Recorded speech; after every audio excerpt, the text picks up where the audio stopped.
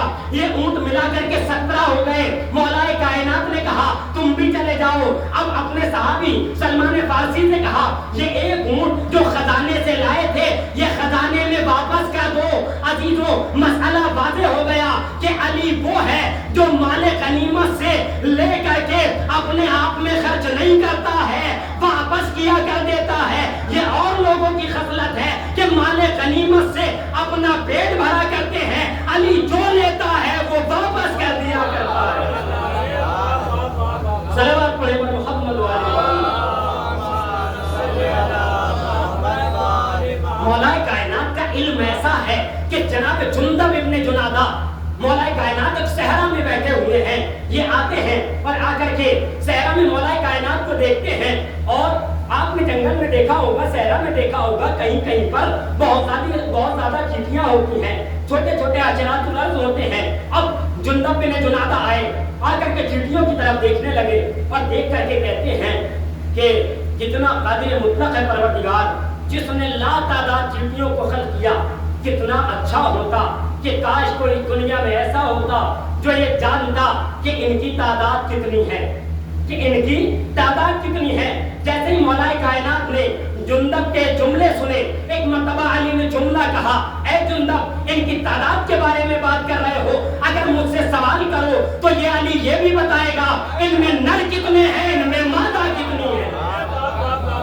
علی تو یہ بھی جانتا ہے، علی کے علم کا یہ معاملہ ہے.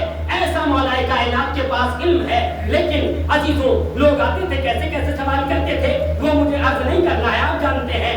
دوسرا فضیلت کا معیار جو پیغمبر اکرم نے اور قرآن کریم نے بتایا وہ کیا تھا؟ تقویٰ تھا. اب امیر کائنات کا تقویٰ دیکھیں، ایسے متقی کائنات میں ہمیں کوئی ملا ہی نہیں کہ عزیزان گرامی قرآن کریم میں یہ کہا گیا کہ ہم نے ہر چیز کو امام مبین میں جمع کر دیا، امام المتقین کہہ دیا ہے. ایسا میرا مولا جو مومنین کا امام اور متقین حضرات کا امام امیر کائنات، تو تقوی میں بھی امیر کائنات سے بہتر کائنات میں کوئی نظر نہیں آتا. اور دوسرا معیار جو قرآن نے بتایا وہ تقوی، اور تیسرا معیار جو قرآن نے بتایا وہ ایمان ہے، بہتری کا، افضلیت کا. لیکن امیر کائنات کے اندر ایمان بھی ایسا ہے کہ جب روز خندق امیر کائنات عمرو ابن عبدود کے مقابلے میں جاتے ہیں تو پیغمبر اکرم کیا فرماتے ہیں؟ برزل ایمان کلے علی کفر کلے، کہ آج کل ایمان کل کفر کے مقابلے میں جا رہا ہے. تو جسے پیغمبر اکرم کل ایمان کہے، جسے پیغمبر اکرم پورا ایمان کہے، وہ امیر کائنات کی ذات ہے. اور عزیزوں چوتھا جو انسان کی فضیلت کا معیار ہے وہ کون سا معیار ہے؟ وہ معیار یہ ہے کہ مجاہدت کا معیار ہے.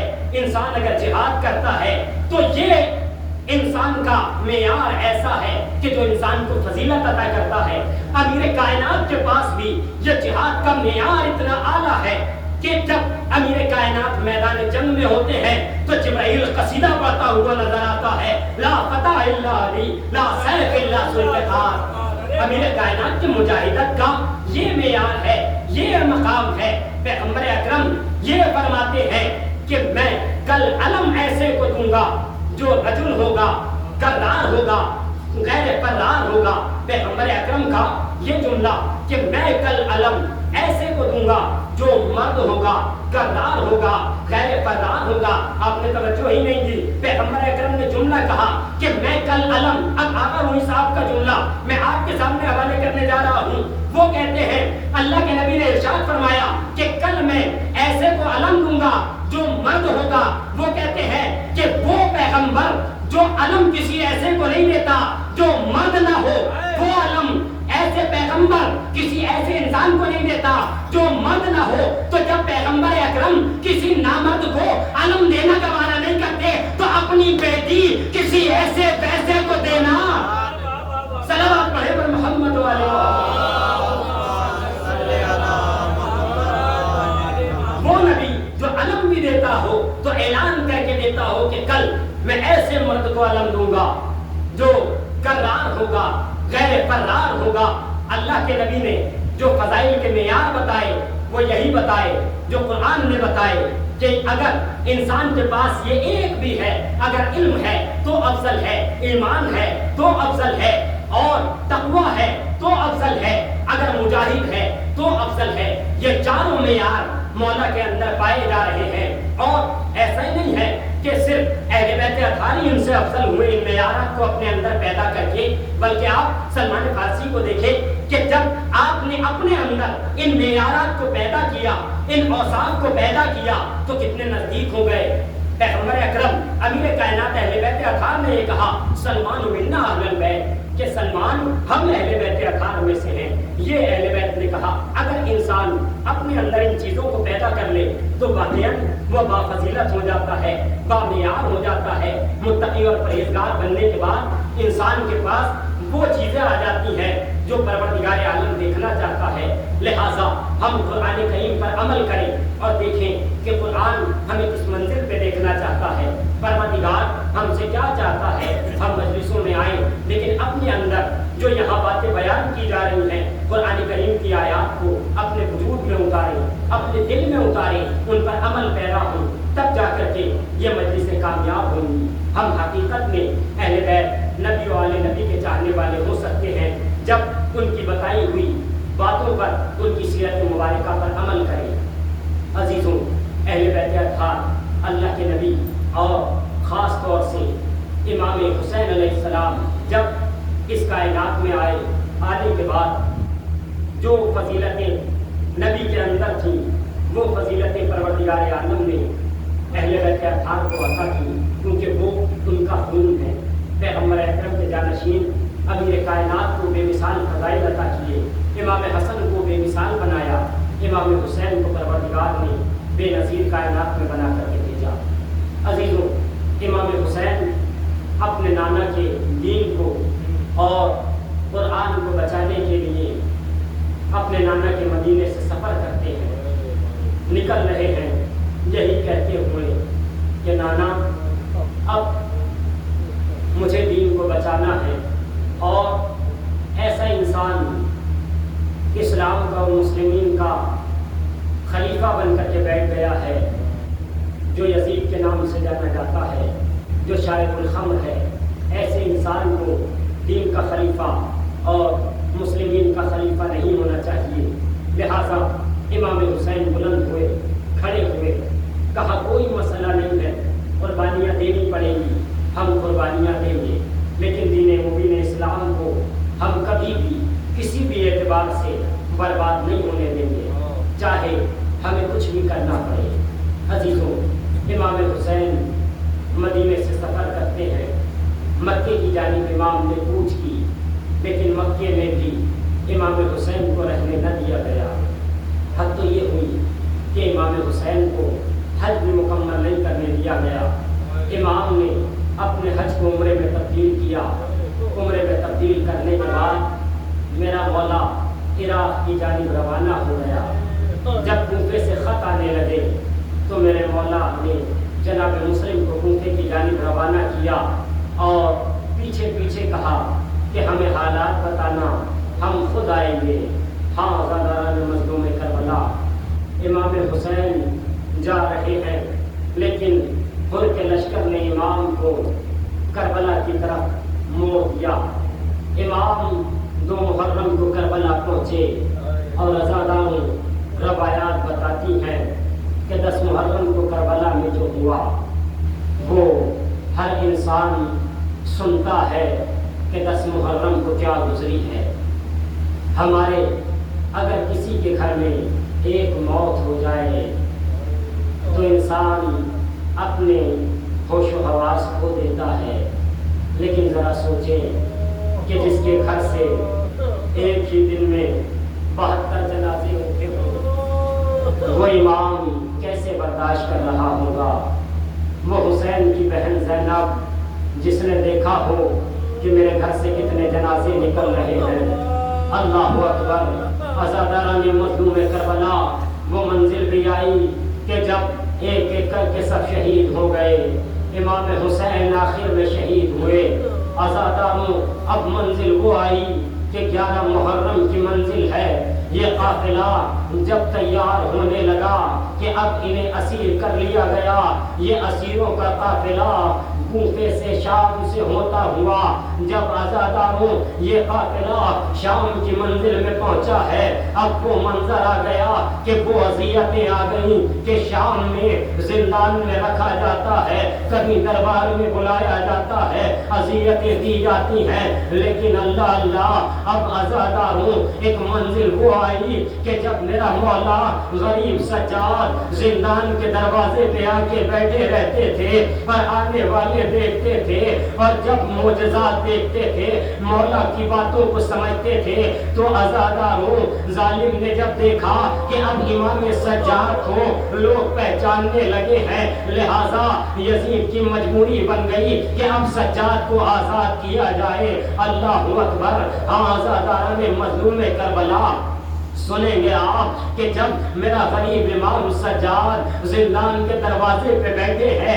ایک شخص ہے جو ایک حیوان کو لے کر کے جا رہا ہے, کھینچتا ہوا لے کر کے جا رہا ہے, مگر اس حیوان نے اپنی زبان بے زبانی میں جیسے ہی امام کو سلام کیا, اس حیوان نے سلام کیا, میرے مولا نے جواب دیا. اب جب ظالم کو معلوم ہوا کہ یہ کائنات کے امام ہے, ان کے معجزات عطا ہونے لگے, اب ظالم نے کہا انہیں آزاد کر دیا جائے. عزاداروں سن سکیں گے روایات کے جملے کہ جب وہ وقت آیا کہ اب اہل بیت اطہار کو اپنے وطن جانے کی اجازت مل گئی, میرے مولا سجاد ظالم کے قریب گئے کہ اگر تو ہمیں آزاد کرنا چاہتا ہے تو ایک بات سن لے, وہ جو ہمارے ہدیوں کو تو نے لوٹا ہے وہ ہمیں واپس کر دے. اللہ اکبر. سنیں گے عزاداروں متبرکات جو لوٹے گئے تھے اب متبرکات واپس ہونے لگے. اللہ اکبر. وہ چادریں عزاداروں جو لوٹی گئی تھی وہ چادریں واپس آنے لگی. عزاداروں جیسے جیسے چادریں واپس آئی ایک ایک کر کے ہر بیوی کی چادر آتی تھی, کبھی کوئی چادر آتی تھی زینب بھائی کے لیتی تھی, ارے یہ ماں فاطمہ کی چادر ہے, یہ میری چادر مجھے دے دو.